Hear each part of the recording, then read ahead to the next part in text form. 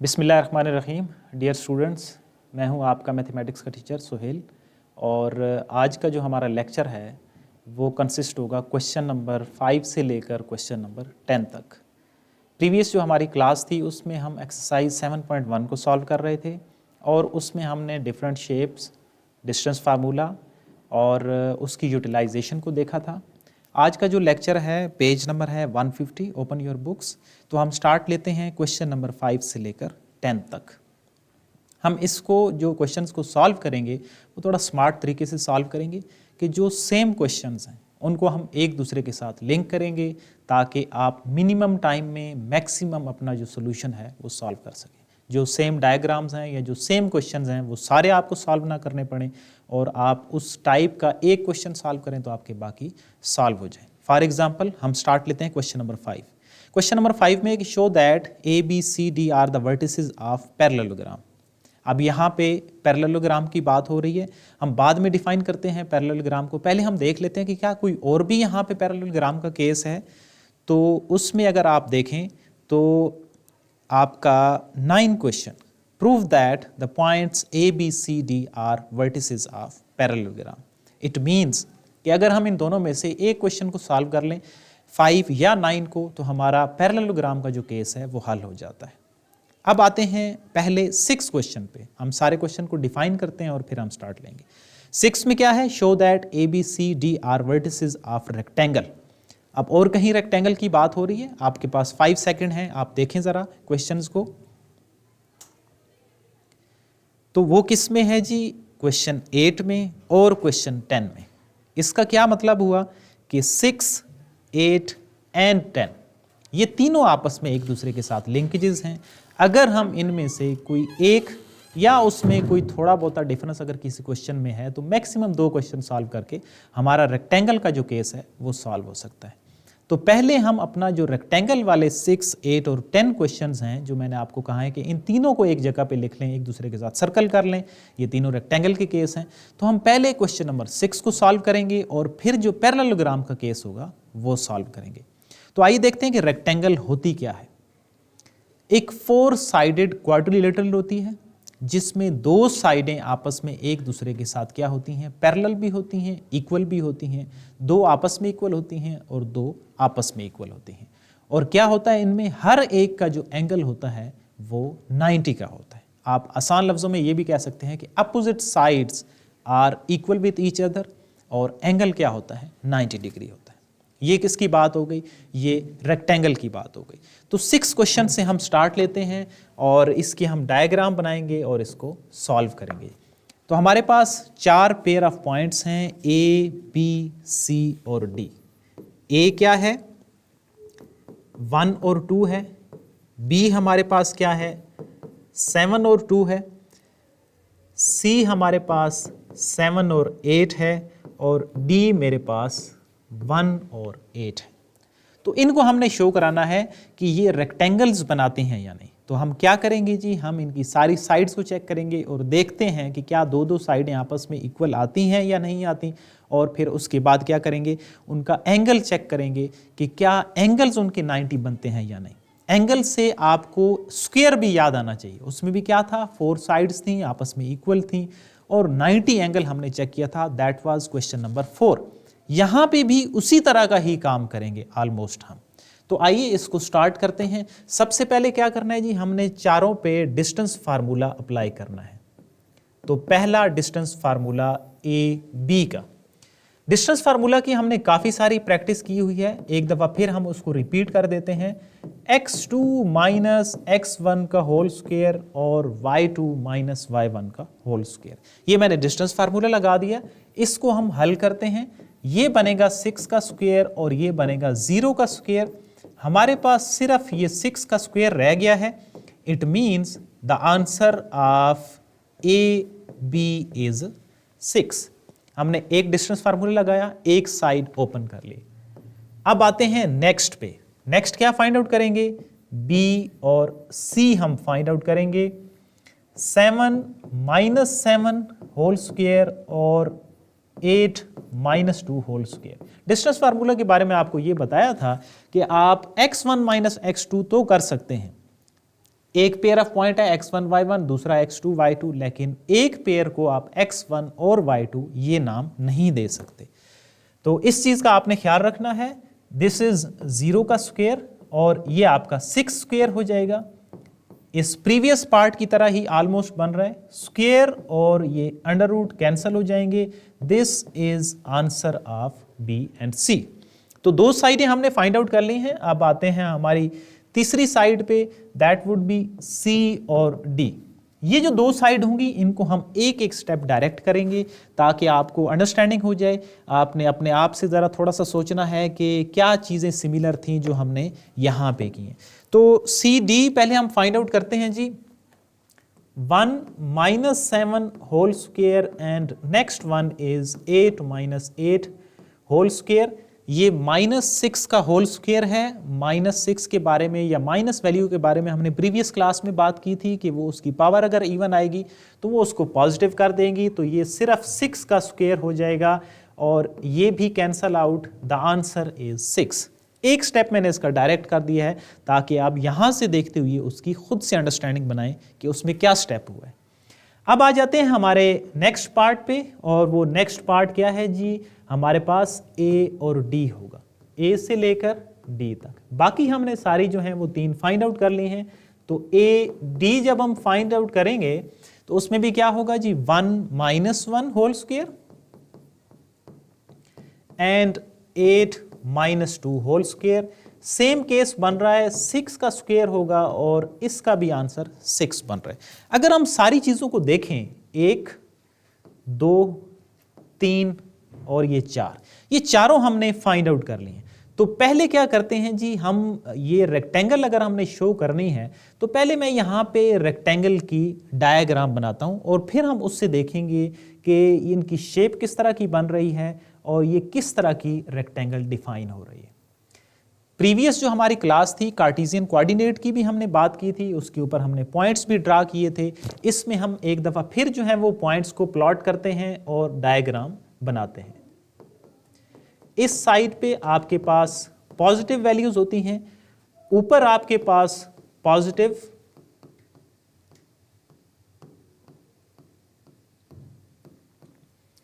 मैंने नीचे वैल्यू इसलिए नहीं लगाई हैं कि अगर आप 6 क्वेश्चन में देखें ना तो उसमें कोई नेगेटिव वैल्यू नहीं है। तो हमने सिर्फ और सिर्फ क्या किया है कि जो पॉजिटिव वाली साइड्स हैं y की भी और x की भी उनको प्लॉट कर दिए। आप इसको इस साइड पे एक्सटेंड कर सकते हैं, इसी तरह नीचे एक्सटेंड कर सकते हैं और दोनों साइडों की जो नेगेटिव वैल्यूज़ हैं वो भी लिख सकते हैं, उससे कोई फ़र्क नहीं पड़ेगा। Got it. तो पहला हमारा पॉइंट है जी 6 का, वो है 1 और 2। अगर हम यहाँ से देखें तो पहला पॉइंट क्या है जी, a 1 एंड 2। मैंने आपको प्रीवियस क्लास में बताया था कि x की वैल्यू 1 और y की वैल्यू 2। इसका मतलब ये है कि ये जो पॉइंट होगा ये यहाँ पे ड्रा होगा जी। मैंने पहला पॉइंट ड्रा कर दिया। दूसरा पॉइंट है 7 एंड 2। x की वैल्यू 7 है और y की वैल्यू 2 है, ये मैंने यहाँ पे पॉइंट ड्रा कर दिया। The third one is 7 and 8। x की वैल्यू 7 है और y की वैल्यू 8 है, तो ये ऊपर हमने इसको पॉइंट को प्लॉट कर दिया। And the fourth one is 1 and 8। x की वैल्यू 1 और y की वैल्यू 8, तो उनके सामने हमने ड्रा कर दिया। अब इस डायग्राम को हम आपस में मिला रहे हैं जी।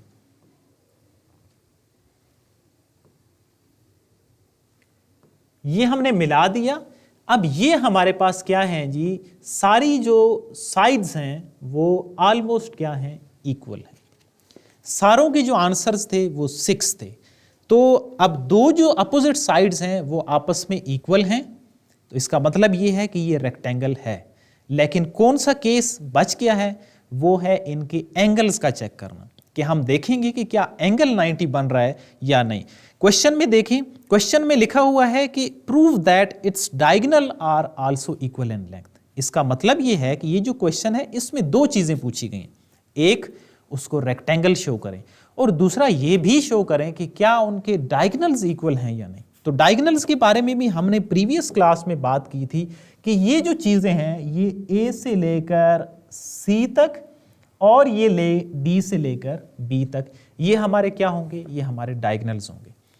तो डायगोनल्स तो हमें वैसे भी निकालने हैं। क्यों निकालना है, कम से कम एक क्यों निकालना है, हमें 90 एंगल चेक करना है। और उसके बारे में मैंने किस चीज की बात की थी, क्वेश्चन नंबर 4 की, जहां पे हमने स्क्वायर के केस में डिफाइन किया था। तो सबसे पहले हम निकालते हैं जी ए सी डायगोनल की वैल्यू। अब ए और सी के पॉइंट वही होंगे जो आपने ड्रा किए हैं, या जो क्वेश्चन में दी हुई है। ए का पॉइंट है 1 और 2 और सी का पॉइंट है 7 और 8, यानी कि ए सी हमारे पास होगा 7 - 1 होल स्क्वायर और 8 - 2 whole square. The answer is 6 square and 6 square. तो ए सी का जो आंसर है ये बन रहा है 36 + 36। A C is equal to 72 under root. इसको मैं पॉइंट 1 का नाम दे रहा हूं। एक डायगोनल मैंने निकाल लिया। अब मैं यहां पे ही दूसरा डायगोनल भी निकाल लेता हूं, that is D and B. Distance formula की काफी आप प्रैक्टिस कर चुके हैं। जिन बच्चों को अभी भी अंडरस्टैंडिंग नहीं हुई, तो यहां पे भी अभी डिस्टेंस फार्मूला यूज हो रहा है। जो आपकी नेक्स्ट एक्सरसाइज है उसमें भी कुछ क्वेश्चंस में डिस्टेंस फार्मूला यूज होगा। तो आइए देखते हैं डी और बी पे हम लगाते हैं जी कि इनकी वैल्यूज क्या बनती हैं। तो डी और बी के पॉइंट क्या हैं, 1 - 7 होल स्क्वायर और 8 - 2 whole square. The answer is -6 square and 6 square. ये आपके पास बनेगा 36 और 36। तो डी बी जो है वो हमारे पास 72 अंडर रूट आ गए, और इसको मैंने क्या नाम दे दिया, 2 का।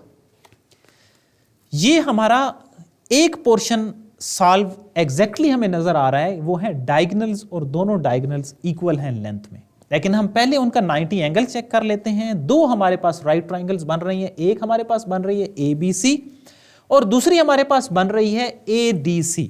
किसी एक राइट ट्राइंगल को लेके हम अपनी प्रीवियस लेक्चर को डिफाइन करते हैं कि राइट ट्राइंगल अगर आपके पास हो और आपने चेक करना हो 90 एंगल का, तो आप पाइथागोरस थ्योरम अप्लाई करते हैं। अब मैं किस ट्राइंगल की बात कर रहा हूं, ट्राइंगल ए बी और सी। अब ट्राइंगल ए बी सी के मुताबिक अगर ऐसा हो जाए कि ए सी का जो स्क्वायर है वो ए बी के स्क्वायर के और बी सी के स्क्वायर के अगर इक्वल हो जाए, तो ये पाइथागोरस थ्योरम अप्लाई हो जाता है, और इससे ये भी साबित हो जाता है कि एक एंगल 90 का है। सो ए सी की वैल्यू अभी हमने निकाली है, that is 72 under root 72 under root whole square. और दूसरी साइड पे आ जाते हैं ए बी और बी सी। इन सारों की वैल्यूज हम ऊपर निकाल चुके हैं। देखिए ए बी और बी सी आपके सामने वैल्यूज हैं। ये दोनों क्या हैं, 6 हैं। तो यहां पे इन दोनों वैल्यूज को हम प्लॉट करते हैं, 6 का स्क्वायर एंड 6 का स्क्वायर। तो ये स्क्वायर और अंडर रूट कैंसल आउट हो जाएंगे। 72 is equal to 36 plus 36, 72 is equal to 72। तो हमारा क्वेश्चन कंप्लीट हो गया है। सिर्फ हमने अब इसको लिखना है कि हमने क्या शो कराया है। ये देखें, ये जो पोर्शन है ना, और जो पहले वाली हमने वैल्यूज निकाली हैं, ये पोर्शन और पहली 4 वैल्यूज ये शो कराती हैं कि ए बी सी और D quadrilateral form a rectangle. अब क्वाड्रिलेटरल क्या होती है, कोई भी पॉलीगॉन जिसकी 4 लेंथ्स हों, 4 उसमें साइड्स हों और 4 उसमें एंगल्स हों। तो ऐसी क्वाड्रिलेटरल जिसमें दो साइडें आपस में इक्वल हों और उनका एंगल 90 हो, तो वो क्या बनाती है, वो रेक्टेंगल बनाती है। एक चीज प्रूव हो गई। अब दूसरा इसमें क्या बताना था कि डायगोनल्स इक्वल होने चाहिए। तो ये देखें, ये 1 और 2 जो हैं, ए सी एंड डी बी दोनों इक्वल हैं। दोनों की जो वैल्यूज हैं वो 72 अंडर आ रही हैं। इसका क्या मतलब है कि diagonals A C and D B are equal. वजह क्या है कि उन दोनों की जो लेंथ्स हैं वो √72 आ रही। तो ये हमारा कंप्लीट हो गया क्वेश्चन और ये लॉन्ग क्वेश्चन के लिहाज से इंपॉर्टेंट है। आई होप आपको क्लियर हो गया होगा रेक्टेंगल का केस कि जिसमें जो अपोजिट साइड्स हैं उनको इक्वल होना चाहिए और क्या होना चाहिए, एक एंगल आपने 90 शो करना है। 90 के लिए आप पाइथागोरस थ्योरम अप्लाई करेंगे। तो अब इस 6 से रेलिवेंट आपके कौन से क्वेश्चन हैं, 8 और 10।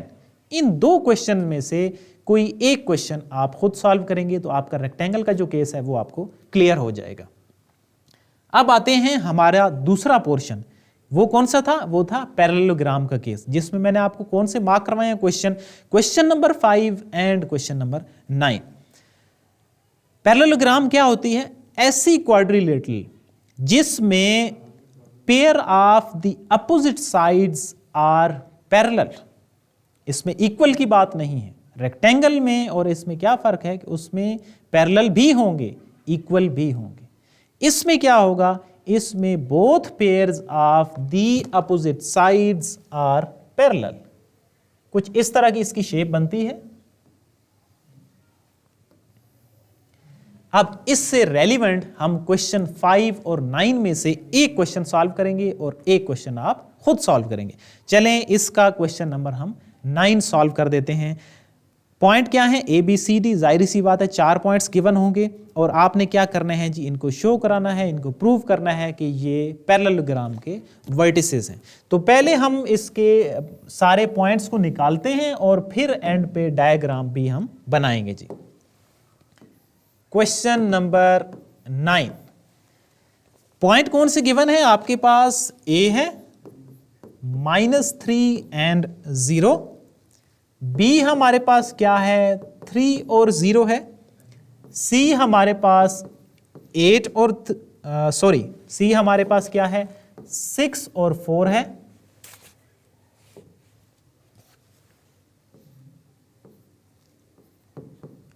और D हमारे पास क्या है 0 और 4 है। A -3 and 2, -3 and 0, B is 3 and 0, C 6 and 4 and D 0 and 4। तो अब हम इसके लिए चारों पे पहले तो डिस्टेंस फार्मूला लगाते हैं और देखते हैं कि क्या दो जो साइड्स हैं वो आपस में पैरेलल आ रही हैं या नहीं आ रही। तो start from the AB, again the distance formula 3 minus into minus. काफी टाइम के बाद नेगेटिव का केस आया है तो इस वजह से मैंने फार्मूले की कंप्लीट वैल्यूज लिखी हैं। x2 माइनस x1, ये जो सेंटर पॉइंट है ये फार्मूले का माइनस है और जो नेक्स्ट वाला पार्ट है वो आपका उस वैल्यू का माइनस है। तो इसके ऊपर स्टार लगा दिए हैं ताकि आपको ध्यान में रहे, आप इस चीज की गलती रिपीट कभी भी ना करें। 3 + 3 होल स्क्वायर और 0 क्या हो जाएगा, 0 का स्क्वायर ही हो जाएगा। तो AB की जो मेरे पास वैल्यू है दैट इज 6। अब इसी तरह साइमल्टेनियसली आप BC, CD और AD के केसेस फाइंड आउट करेंगे। BC 6 - 3 whole square and 4 - 0 whole square. So BC की जो वैल्यू है वो हमारे पास क्या आ रही है 3 square and 4 square. The answer of BC is 9 + 16। तो BC का आंसर क्या आ रहा है 5। सेकंड हो गया। अब आ जाते हैं थर्ड पे।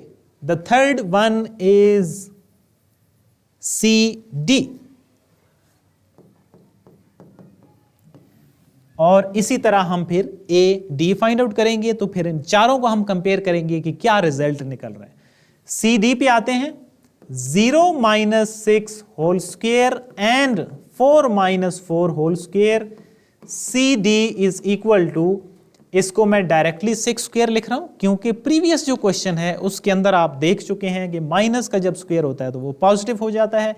अभी भी जिन बच्चों को क्लियर नहीं है तो आप जब नोट्स बनाते हैं तो नोट्स के अंदर साइड पे अपनी लैंग्वेज में आपने वो पॉइंट लिख लेना है।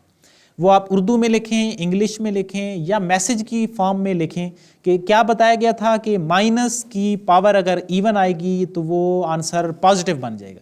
अब इसको इंग्लिश आती है, उर्दू आती है, या वैसे आप लिख दें ताकि आप बाद में जब उसको रीड आउट करें, क्वेश्चंस को, अपने नोट्स को देखें तो आपको याद रहे कि ये कैसे बना था। और अगर वैसे लिखा होगा वो साथ उसके आपने हिंट नहीं लिखा होगा, की पॉइंट नहीं लिखा होगा, तो फिर आपको वो चीज़ भूल जाएगी कि ये किस चीज़ की बात हो रही है।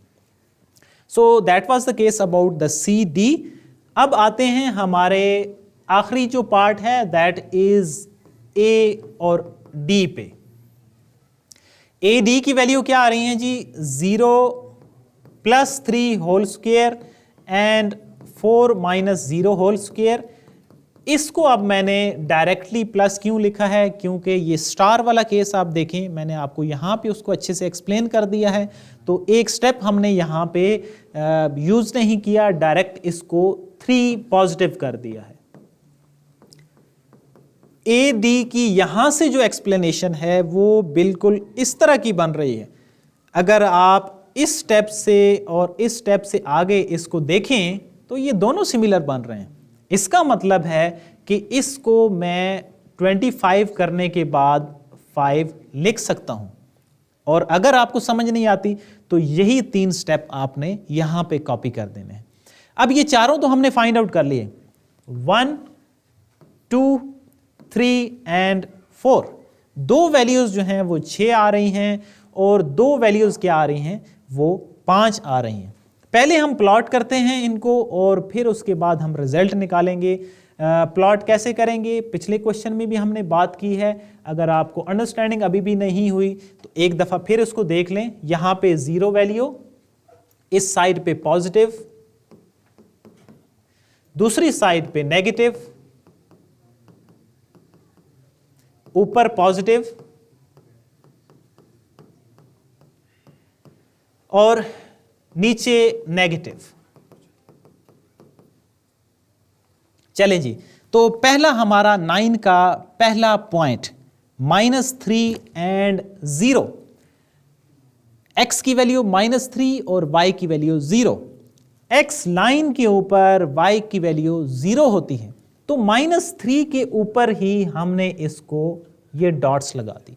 Okay, this was the first point जो हमने प्लॉट किया। Second, 3 and 0।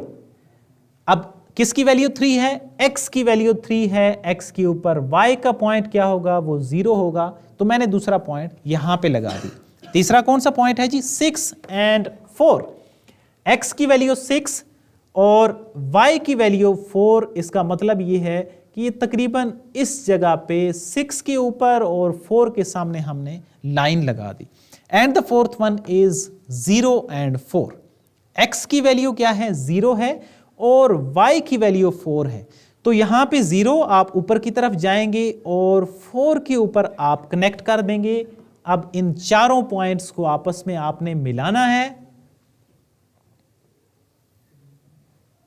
तो ये 2 साइड्स जो हैं ये आपस में पैरेलल हैं और 2 आपस में, क्योंकि यहां पे इक्वल स्केल नहीं था तो इस वजह से डायग्राम थोड़ी सी एक्यूरेट नहीं आई।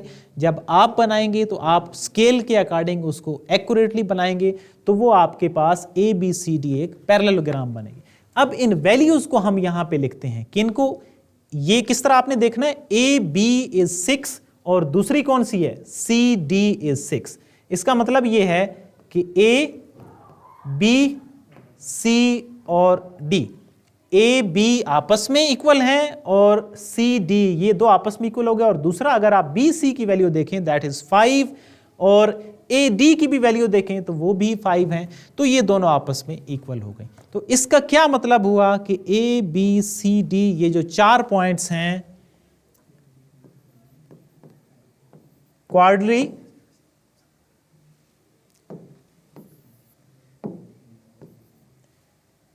A, B, C, D form a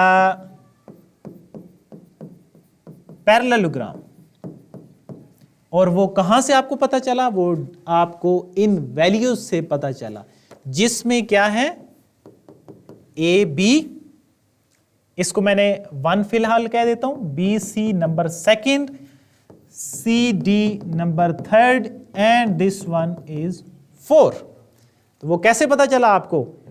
AB is equal to CD और सेकंड क्या है जी? BC is equal to AD। तो ये था हमारा पैरेललोग्राम का केस। अब एक क्वेश्चन पैरेललोग्राम का आप खुद करेंगे और वो मैंने आपको मार्क करा दिया है, दैट इज क्वेश्चन नंबर 5।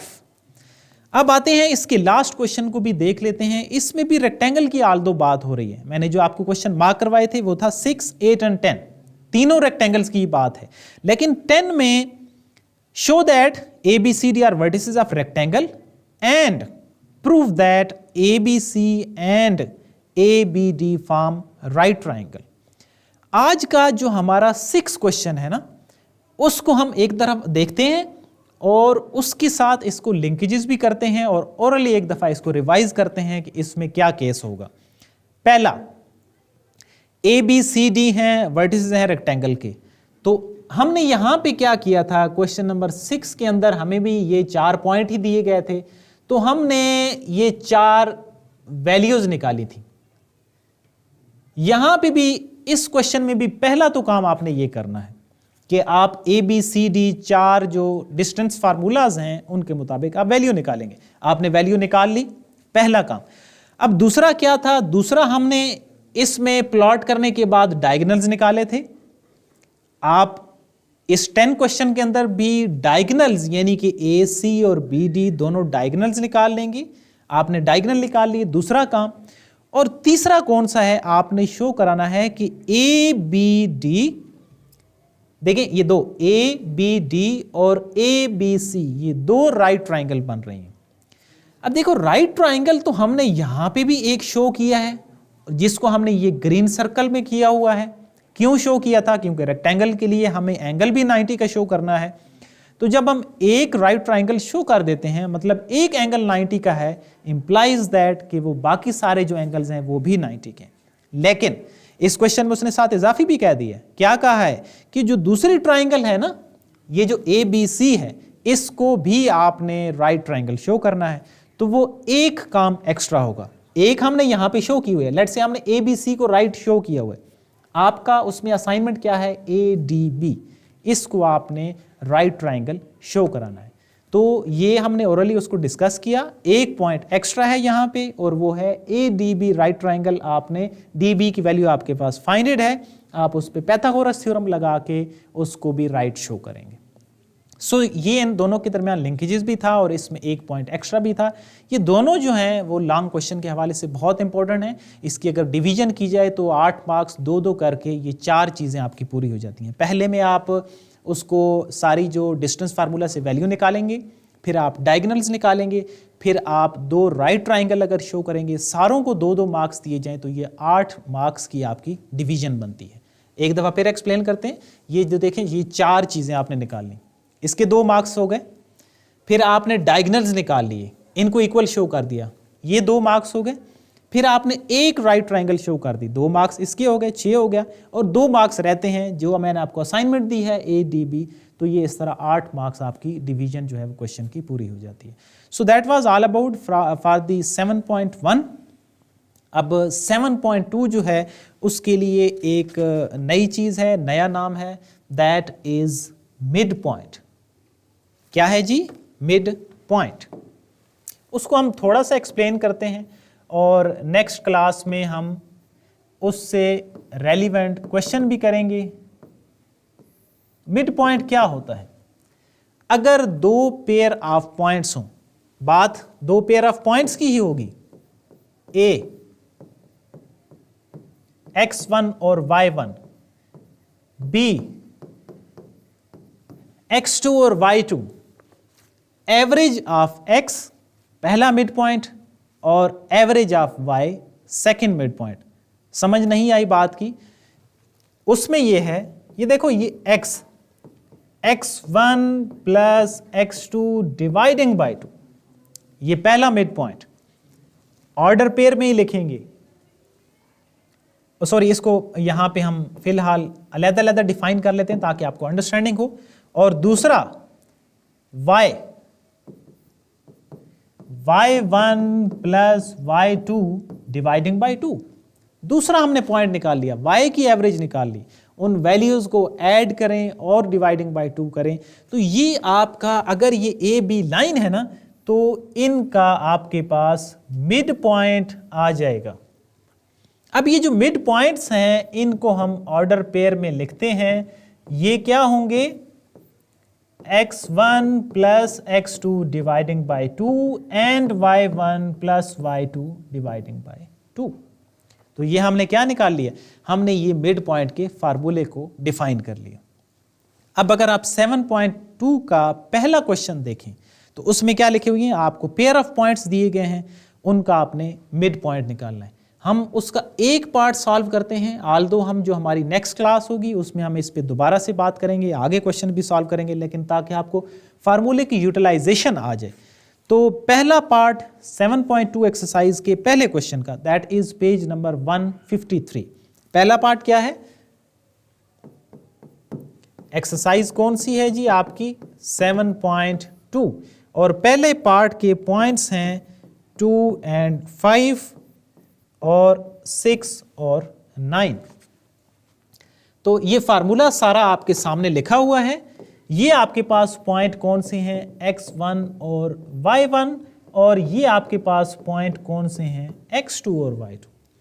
पहला mid point x, that is equal to x1 plus x2 dividing by 2। तो इसकी वैल्यू क्या आ रही है, 6 and 2 8 dividing by 2, the answer is 4। दूसरा y is equal to 5 plus 9 dividing by 2, y1 plus y2 dividing by 2, the answer is 14 by 2 7। तो ये जो ये वाले पेयर थे ना, ए और बी का अगर मैं इनको नाम दूं, तो इनके जो मिड पॉइंट्स हैं x और y, इनको आप लिखेंगे 4 and 7। तो ये हमने मिड पॉइंट का एक जो पार्ट है वो सॉल्व किया है। अगर कुछ बच्चों को समझ आ गई है तो आप इसके बाकी पार्ट्स घर में इन दो में से कोई एक सॉल्व कर लेंगे। अगर नहीं अंडरस्टैंड हुआ तो इसको आप रीड आउट करके लाएंगे, ताकि हम नेक्स्ट क्लास में इस पे दोबारा से जब बात करें तो आपको क्लियर हो। आई होप आप आज का लेक्चर आपको क्लियर होगा। आपने जो असाइनमेंट है, जो हमने क्वेश्चन को लिंकेजेस किया है, उसमें जो क्वेश्चन हमने लीव किया है आपके लिए, वो आपने ज़रूर सॉल्व करना है। और सेकेंडली आपने मिड पॉइंट्स के बारे में एक पार्ट ज़रूर सॉल्व करना है। See you in the next class with 7.2 exercise again from the question number 1। अल्लाह हाफिज़।